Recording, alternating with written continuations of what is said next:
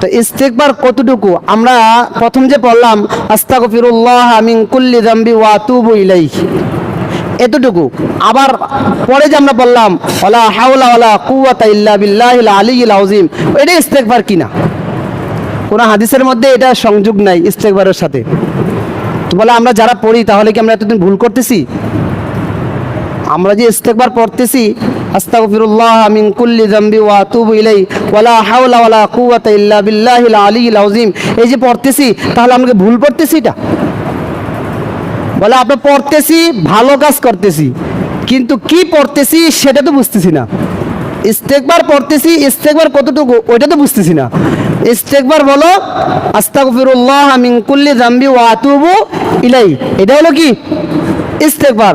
ওয়ালা হাওলা ওয়ালা কুওয়াতা ইল্লা বিল্লাহিল আলিয়্যিল আযীম, ইস্তেগফারের কোনো শব্দ এটার মধ্যে আছে কিনা ওলামায়ে কেরাম বুঝতে পারবে নাই। কি